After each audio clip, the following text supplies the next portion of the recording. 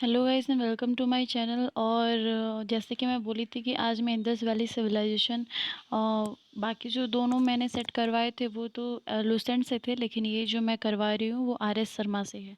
तो ये जो नोट्स वगैरह ये जो पॉइंट्स मैंने तैयार किए हैं ये जैसे सिविल सर्विसेज के एग्ज़ाम के लिए काफ़ी ज़्यादा इंपॉर्टेंट है।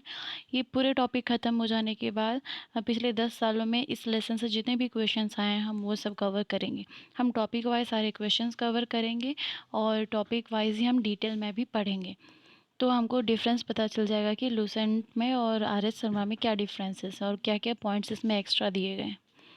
तो चलिए शुरू करते हैं। Indus valley civilisation from R S. Sharma. तो ये जो सिविलाइजेशन है इसके बहुत सारे नाम हैं। जैसे इसके इंडस वैली सिविलाइजेशन के हड़प्पन सिविलाइजेशन भी हैं। इसको हड़प्पन सिविलाइजेशन इसलिए बोला जाता है क्योंकि यहाँ पे जब खोज की गई थी जो पहला शहर था वो हड़प्पा था। हड़प्पा पहला शहर था जिसकी खोज की गई थी दयाराम सैनी के द्वारा 1921 में। ये इंग्लिश मीडियम में है लेकिन मैं सारे पॉइंट्स को हिंदी में आपको समझा दूंगी क्योंकि हिंदी मेरी थोड़ी सी वीक है। तो और मुझे कुछ पॉइंट समझ में नहीं आते इसलिए मैं सारे इंग्लिश में ही लिखी हूँ, लेकिन मैं सारे पॉइंट्स को हिंदी में आपको डिटेल में बता दूँगी। तो इसको हड़प्पन सिविलाइजेशन इसलिए बोला जाता है क्योंकि यहाँ पे जो पहला शहर था जिसकी खोज की गई थी वो हड़प्पा था। ठीक है, जो दयाराम सैनी के द्वारा 1921 में खोजी गई थी। टोटल इस सिविलाइजेशन में जितने शहर खोजे गए जितने साइट्स खोजे गए थे वो 250 थे।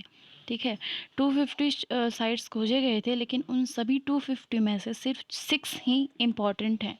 सिर्फ 6। ये मैं पहले वाले वीडियो में भी बता चुकी हूँ। लुसेंट वाले वीडियो में अगर आप जाके देखेंगे तो उसमें मैंने ये क्वेश्चन कवर किया है।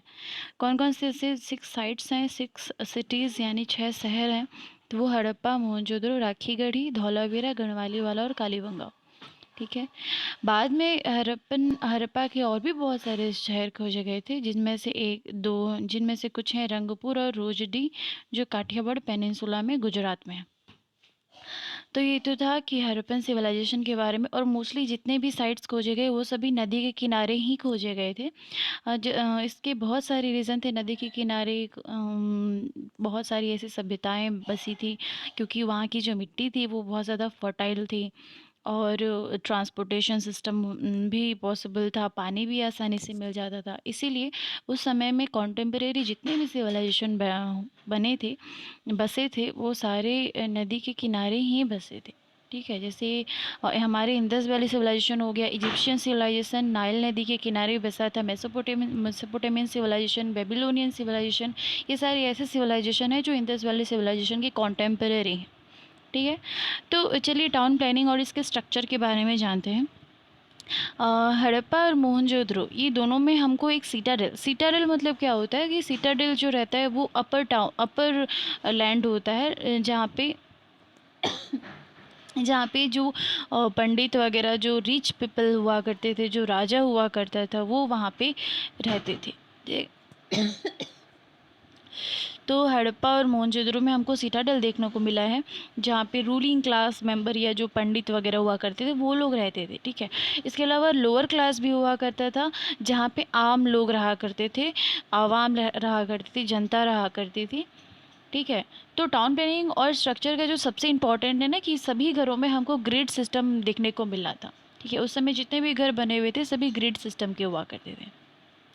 इसके अलावा एक और खासियत जो थी वो थी मतलब रोड्स जो थे वो सभी राइट एंगल में कट करते थे।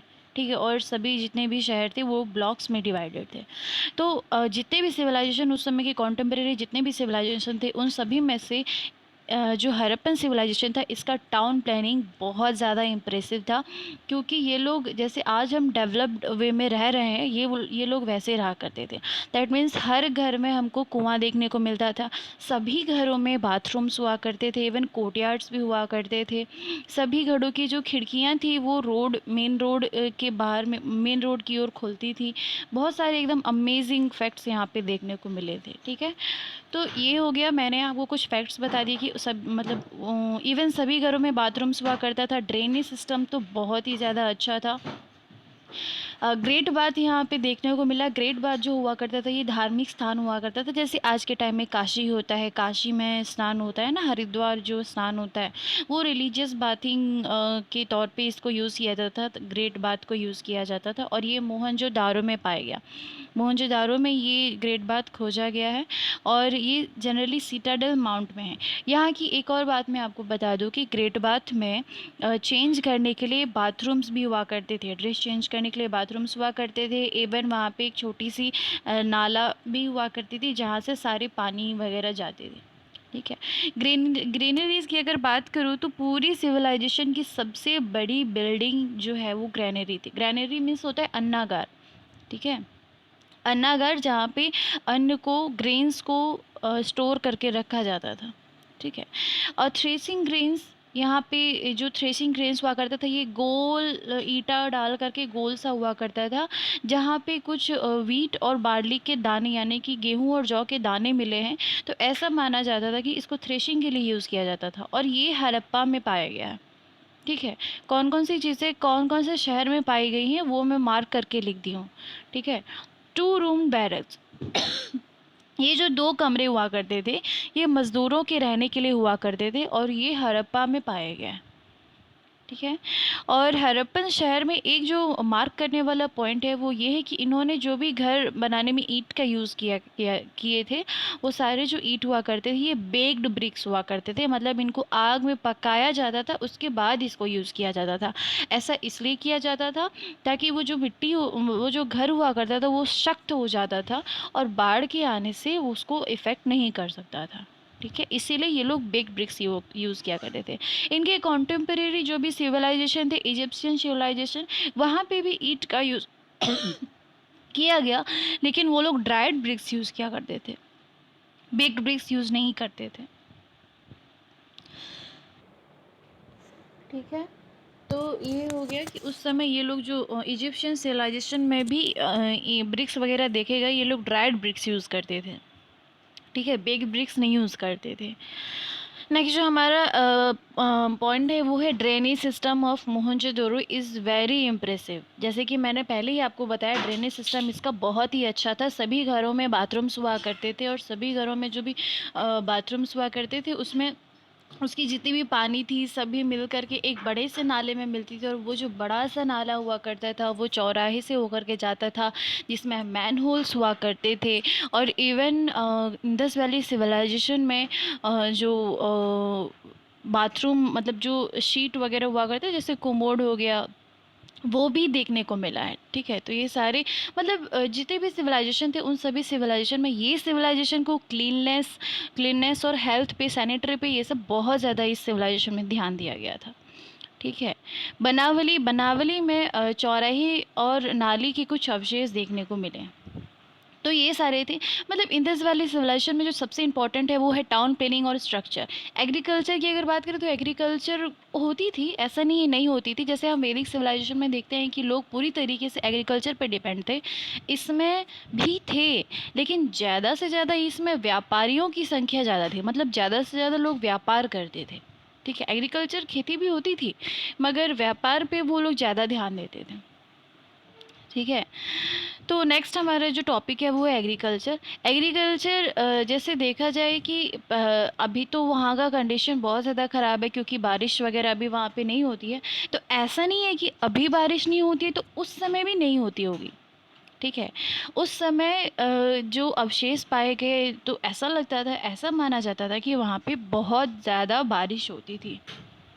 ठीक है, तो बारिश होती थी क्योंकि शहर जो थे वो बहुत ही ज़्यादा अमीर थे, समृद्धशाली थे, गांव सब बहुत ज़्यादा समृद्धि थे। तो ऐसा माना जाता है कि उस समय में भी बारिश होती होगी और फर्टिलिटी उस समय की जो मिट्टी है उसमें होती होगी, इसीलिए वो जो था वो गांव वगैरह शहर वगैरह सब प्रॉस्परस था, अदरवाइज़ नहीं होता। ठीक है, अदरवाइज़ जैसे आज के कंडीशन है वैसे ही उस समय के भी होते। तो देखें कि यहाँ पे टिम्बर फ्यूल यूज़ किया जा मतलब ये टिम्बर फ्यूल सप्लाई करता था किस लिए, ब्रिक्स को बेक करने के लिए। और इवन कंस्ट्रक्शन के लिए भी यूज़ किया जाता था। अनदर जो इसके इम्पोर्टेंट रीज़न थे वो थे ये एरिया का फर्टिलिटी। फर्टिलिटी कैसे होगा, नदी के बगल में था ना, नदी के किनारे था तो फर्टिलिटी तो ऑब्वियसली होगा। ठीक है, तो इंदस नदी के किनारे था इसीलिए फर्टिलिटी इसकी ज़्यादा थी। अब क्यों ज़्यादा थी, क्योंकि इंदस नदी जितनी ज़्यादा से ज़्यादा एलुवियल सॉइल लाता था उतना कोई भी नदी के किनारे बसे हुए शहरों में नहीं आता था। जैसे कि मैं आपको पहले भी बताई, इजिप्ट जो शहर था वो नील नदी के किनारे था, तो जितनी इंदस नदी एलुवियल सॉइल लाती थी उतनी नील नदी नहीं लाती थी।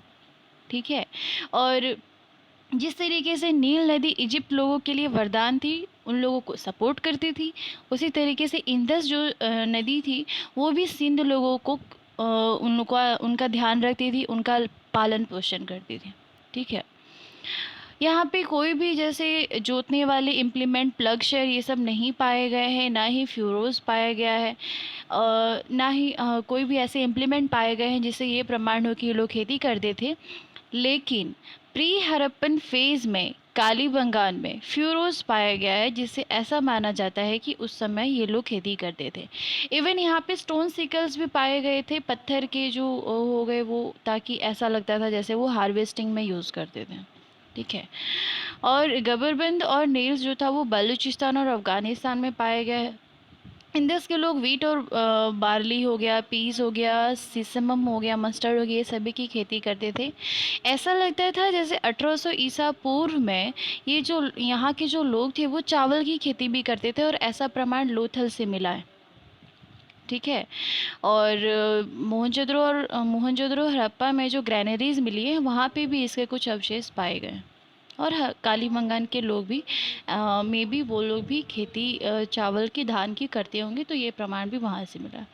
डोमेस्टिकेशन ऑफ एनिमल, ऑक्सन, तो मवेशियों का पालन करना, उनको पोसना, उसमें अगर बात करें तो सबसे पहले ये लोग कुत्ते को पाले थे, क्योंकि कुत्ते बहुत ज़्यादा वफादार होते थे, ये हमको उसी समय से पता चला। ठीक है, तो ये लोग पहले कुत्ते को और पाले थे। इसके अलावा भी वो जैसे बैल हो गया, ऑक्स हो गया, बफेलो, गोट, शिप, पिग, इसको भी डोमेस्टिकेट करते थे। इन सभी में से जो हम्प्ड बुल था ये बहुत ज़्यादा इम्पोर्टेंट था। ठीक है, डॉग कैट तो करते ही थे। एशेस और कैमल, इसको मतलब बोझा उठाने के लिए यूज़ किया करते थे। घोड़े का भी यूज़ किया करते थे। एलिफेंट्स की अगर बात करें तो इसको डोमेस्टिकेट करते थे, इसका प्रमाण हमको गुजरात से मिलता है। ठीक है, और राइनोसोरस का भी यूज़ किया करते थे। घोड़े के अवशेष हमको मिले हैं सुरकोटडा से। ठीक है, जो अभी प्रेजेंट डे गुजरात के पश्चिमी भाग में। तो आज बस हम इतना ही टॉपिक कवर करेंगे, नेक्स्ट पार्ट में हम बाकी के टॉपिक कवर करेंगे। तो ये सारे करने में मुझे काफ़ी मेहनत लगता है, तो इसके लिए आप मेरे चैनल को लाइक, शेयर और सब्सक्राइब करना ना भूलें। Thanks for watching.